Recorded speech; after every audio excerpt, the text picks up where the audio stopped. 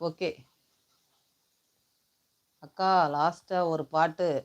ஒருவன் ஒருவன் முதலாளி, உலகில் மற்றவன் தொழிலாளி, விதியை நினைப்பவன் ஏமாளி, அது வென்று முடிப்பவன் என்னது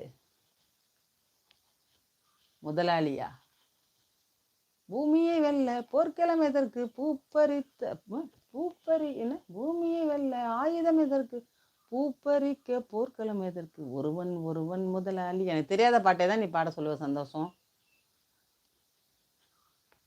மண்ணின் மீது மனிதனுக்கு ஆசை, மனிதன் மீது மண்ணுக்கு ஆசை, மண்தான் கடைசியில் ஜெயிக்கிறது, இதை மனம்தான் உணர மறுக்கிறது.